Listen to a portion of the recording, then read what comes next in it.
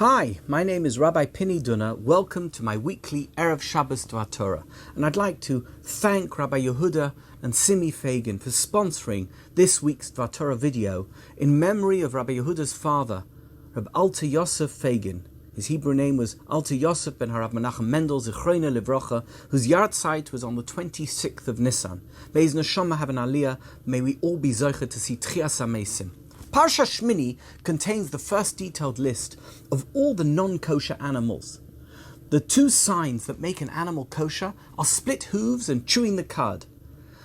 The Torah actually mentions particular animals that you're not allowed to eat despite the fact that they have one of these two signs. For example, the camel.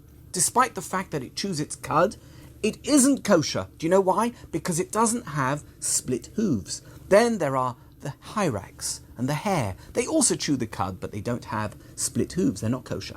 Meanwhile, the pig isn't kosher because even though it has split hooves, it doesn't chew its cud.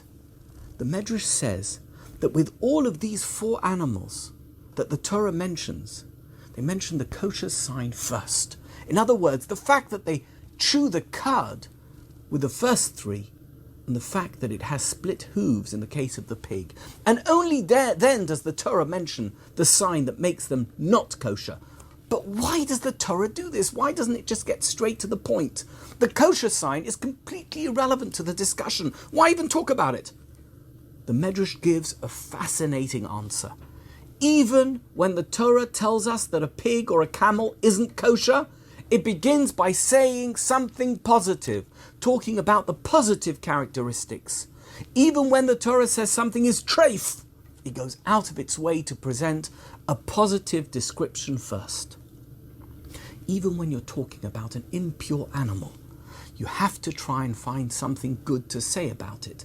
And if God makes sure to mention a redeeming aspect of a non-kosher animal first, what about us? When we look at another human being with all of their failings and their shortcomings, we must make every effort to find positive things to say. I want to add something.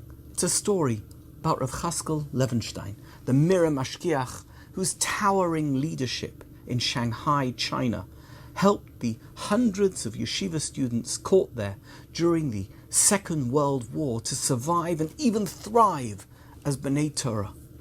After the war years were over, Rav Levenstein moved to Eretz Yisrael, where he became the mashgiach in Ponevezh Yeshiva in Bnei Brak. But for a short period of time, in 1947, Rav Levenstein lived in New York. One of his talmidim in New York was Rav Shlomo Brevda, who would later become one of the yeshiva world's greatest Mussar influencers. But in 1947, he was just a young teenager, part of a small group of American boys who Rav Levenstein allowed to study with his precious Mirrer talmidim. Initially, Rav Levenstein didn't want them to mix with the Mirrer talmidim or even to hear his Mussar lectures because, as he said, these American kids are not on a proper spiritual level to hear my words.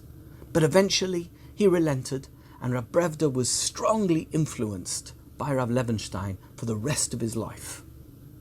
Ultimately, Rav Levenstein even agreed to give these American boys a special Mussar talk of their own. Rav Brevda later told a story of the first time the American boys went to hear directly from Rav Levenstein. We went up the stairs in the old Beis Midrash to the mashgiach's room. He was sitting behind a desk, facing the door. The light was off, and the glow of the sunset radiated through the window behind him.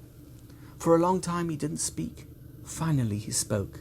And, said Rabbi Brevda, if I were to tell you what he said to us, you'd never believe me. And this is what Rav Levenstein said in that first Mussar talk he gave the American boys. You may believe, intellectually, that everything we Mussar rabbis say is the truth, but in your heart, you think to yourself that the rest of the world doesn't believe or agree with our basic beliefs about what is really true and important in this world. And therefore, even though it's true and important, a person's got to live in the real world. But let me tell you this, you're making a mistake, and I'll explain. We've all heard, that there's a place in America called Hollywood.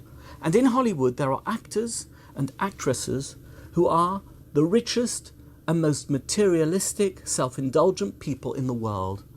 But unbelievably, on this issue of what is really important in life, I'm telling you that they totally and utterly agree with me, and I can tell you how I know. These actors and actresses die, just like everyone else, and at their funerals, their friends stand up in front of everyone to deliver a eulogy. Now, what do they say when they're standing in front of the coffin or the open grave at the funeral of these beautiful, rich, materialistic people? Do they describe how handsome or rich he or she was? Do they say they were so beautiful, they were so rich, they had such nice cars, they went on fantastic vacations, they smoked the best cigars, they drank the best wine, they drank the best whiskey? They don't say, you won't believe how many rooms they had in their house. Are you crazy? No one ever talks like that at a funeral, not even about the biggest and richest Hollywood stars. Do you know what they say in the eulogy for a Hollywood star? They say that he or she was kind to their parents. They say that he or she stayed friends with those who were not as successful as them. They say that he or she was charitable. They were kind. They were considerate. They were thoughtful. They were sensitive. These are the attributes and characteristics that they mention in the eulogy. And you know why they say these things? Because first and foremost, you want to say good things about a person. And everybody knows that being rich and famous, while it may be something that people want, that's not the attribute that you want to be associated with you when someone mentions your name.